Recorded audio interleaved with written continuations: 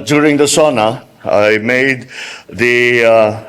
gave instructions for all our different agencies, led of course by DPWH, to give us all of the information on specifically flood control projects that were started, were finished, were in progress from the beginning of my term, which was in mid-2022 until now.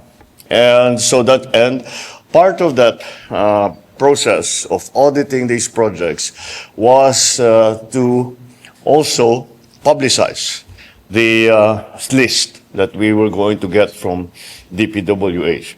Well, we have done it. We have received the list from DPWH. I think, have put it into a form that is accessible to the public.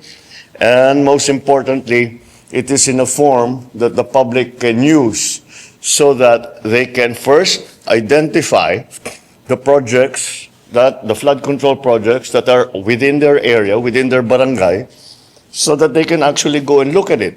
Or if they already have information, they can tell us about it. Kung maganda yung naging project, kung hindi maganda yung naging project, bakit hindi maganda yung naging project, ano naging problema, etc., etc. And that's what the present website is supposed to do. They can search all of the projects that are in their area.